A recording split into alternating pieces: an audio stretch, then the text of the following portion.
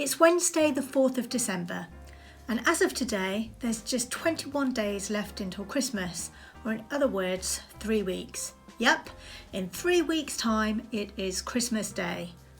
Help! So anyway, I thought today would be a great time to show you my Christmas plan with me.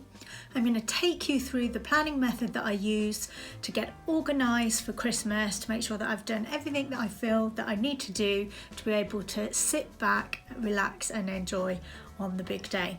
So let's get to it.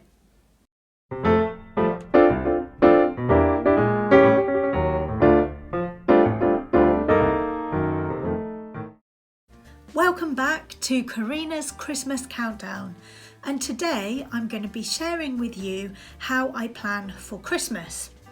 Now, I am known by friends and family as a bit of a spreadsheet queen, so it will be no surprise that the way that I plan for Christmas is by using a spreadsheet.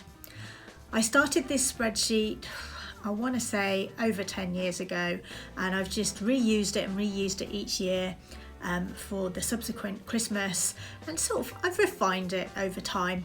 So I thought it would be good to share with you each of the tabs that I use at Christmas time that help me plan and get organised.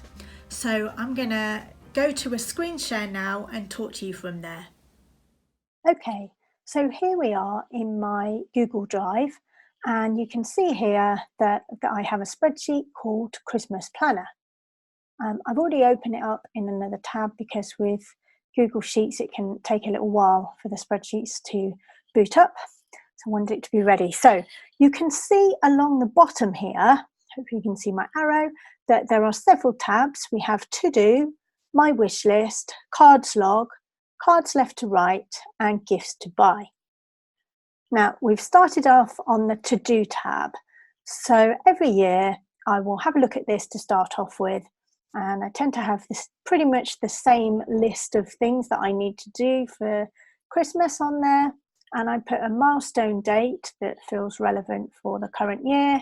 And as I do those things, I check them off as done.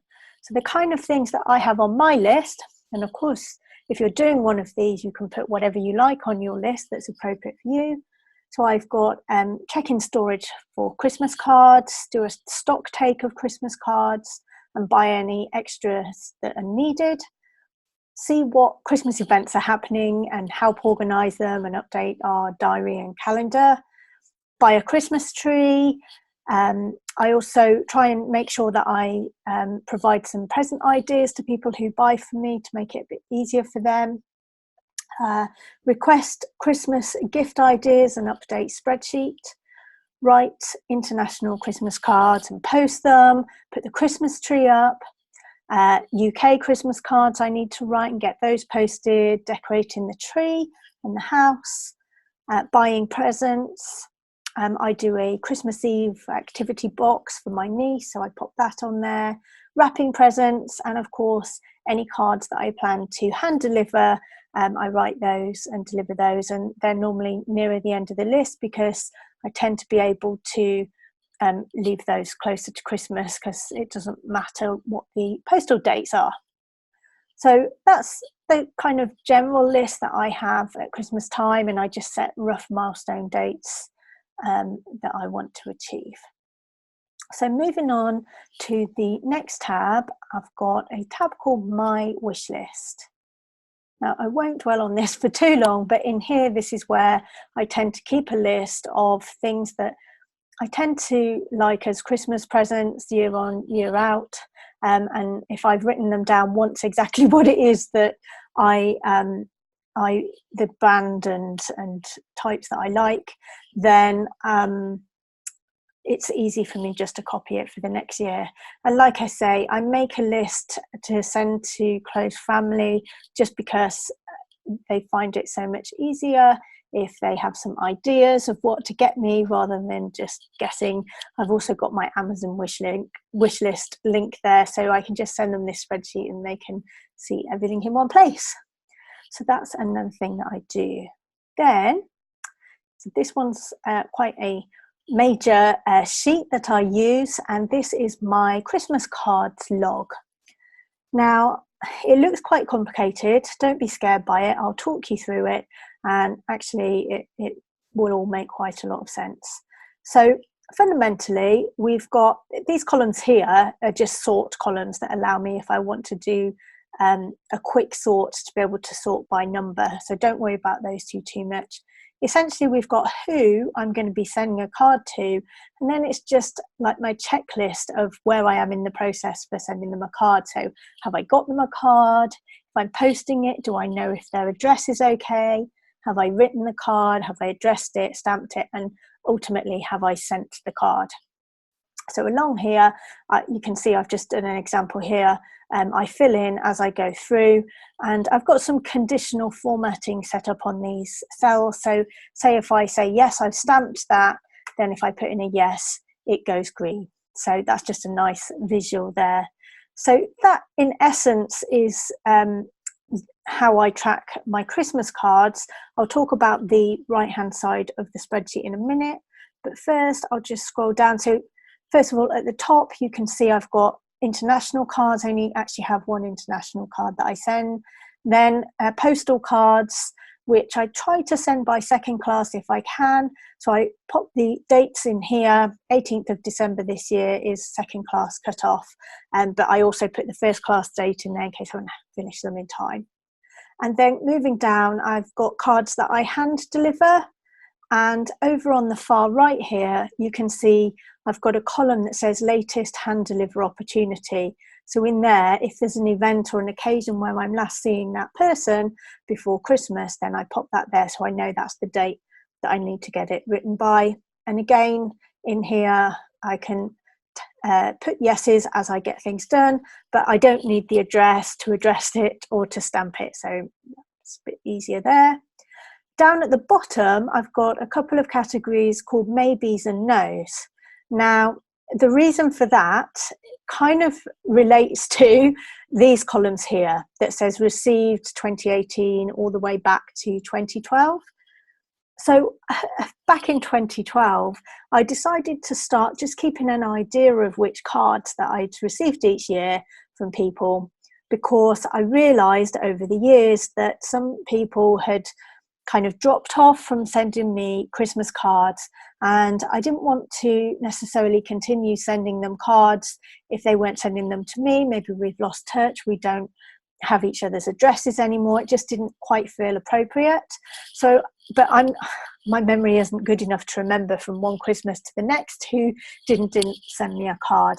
So I've started keeping this log, and then at the end of Christmas, I tend to set this spreadsheet up ready for the next year and then just forget about it until about November time. But I just go through and work out if there's anybody who I'm not going to send to next year. So those people will generally end up on the no list, which is down at the bottom. For some reason, I've decided to keep them and just know that they're there, probably because I've got this history of cards sent in the past rather than just deleting them entirely. The reason why I have the maybe list, this tends to be for people who, if I see them, I'll take a Christmas card. But if there's not an event or an occasion where I see them, then I'm not likely to actually post them a card. It's the kind of thing like where you go to a group meetup, and if they're there, it would feel awkward giving everyone else a card and not them. So that's kind of the reason why I have the maybe section. So yeah, I think that covers everything on this sheet. As I go through, I can use the filters here to select ones that I've done, just to make the list shrink and make it a bit easier. I've also finally got this one column here called Receive 2019. So that's where I start to log cards as they come in this year. So that is my cards log. Then I've got this sheet here that is cards left to bite. This was a fairly recent addition that I started doing a couple of years ago, because I found myself in the position where it would get quite late in December with quite a lot of Christmas cards to write, and I left it a bit late, and I found it very stressful trying to get all my cards written in one day. So I decided to come up with a plan to spread the load, so to speak. Now, this year I've not been quite so organised. Normally I try and get started with this spreadsheet in late November, and I divide up. So this here in cell B2 is the total number of cards that I need to write. It's 54 cards for me this year. And what I do is I try and divide up that number across a number of days. So every day or every evening, I'll just write 2 or 3 cards and get those sent out. And then in these columns, I can just copy across from the other spreadsheet who I've decided to write for that day. Probably need to add another couple of columns in now that I've got writing 3 cards and 10 cards a day for Friday, the 6th of December. But in here, I can log the number done when it's complete.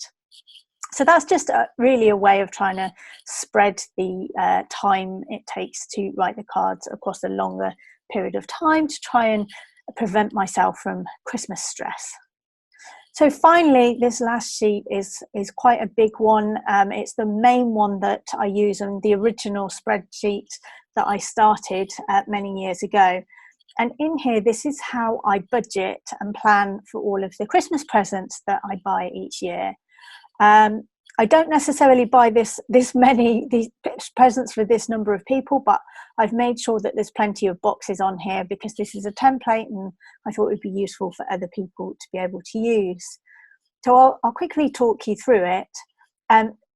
So you've got each of these sort of like boxes here where it's got name at the top. So you just put the person's name in that box there.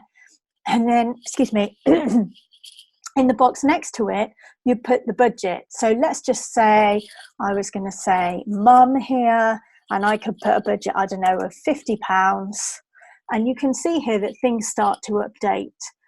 The left to spend updated to £50. And I've got £50 in red there because that's showing me that I've still got £50 that I need to spend to kind of realise this budget. If now I thought, right, I've bought something, so let's just say I've bought, trying to think, perfume for mum, and that costs £50. I can put that in there, and you can see now down at the bottom that the sum of what I purchased is £50, and that's gone 0. Now I know left to spend is 0. I know that I'm done for mums, and normally in that situation I highlight it so I get a quick view so I know it's done, and I'd just highlight it in yellow or something like that so I don't have to look at it anymore because I know it's done. So I'll just undo that highlighting.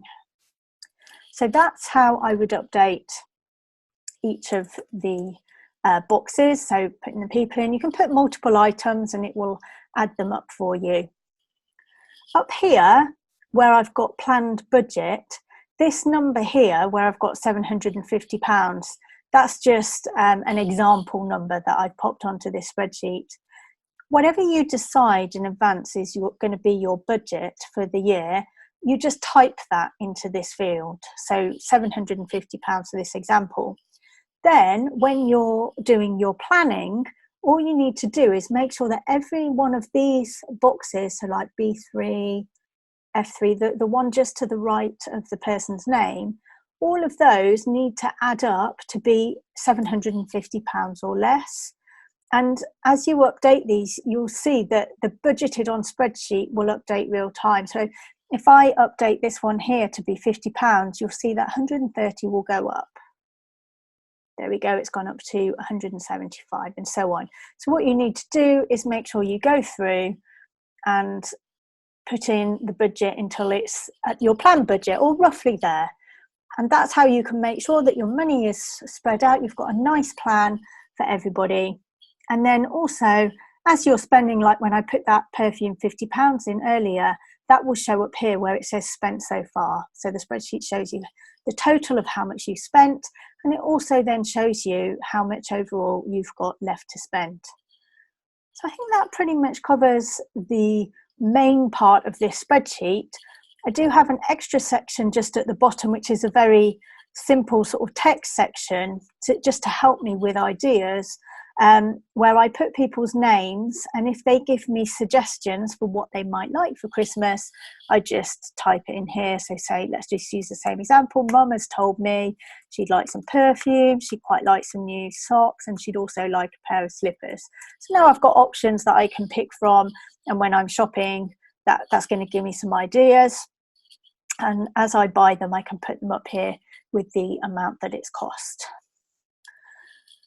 Okay, oh, just to be clear, RT stands for running total, and that's what this column is here. So if I said perfume, which cost £30, and let's just say the slippers cost 15 and the socks cost 5, you can see it's keeping the running total there, and it adds up to 50 at the bottom. So that is how I do my Christmas present planning, budgeting, and just making sure that I haven't missed anyone or forgotten anyone. The beauty of this spreadsheet, well, there's a couple of great things about it. One is next year I can just make a copy of this spreadsheet, and just with a little bit of housekeeping, I can prepare it for the next year with key information that I want to reuse. And it's also useful to keep a history of what you've purchased before. The other thing that's great about it is because it's in Google Drive, it's a Google Sheet, it means that when I'm out and about, if I'm shopping, I can open it up on my phone and have a quick look, and even update it if I want to see who I've still got to buy for and what budget I've got left. I think that's pretty much everything covered from the spreadsheet, and I will now send you back to my closing comments, and I shall see you in a minute. So I hope you've enjoyed today's Christmas Plan With Me video. If you've got any questions on what you've seen, or in fact you'd like a copy of the spreadsheet yourself, let me know and I'll see if I can arrange a template for you. Other than that, that's all for today. So I will see you again tomorrow for Vlogmas Day 5. And in the meantime, if you would consider liking this video, that would be amazing. And if you haven't already done so, please subscribe. I'll see you tomorrow.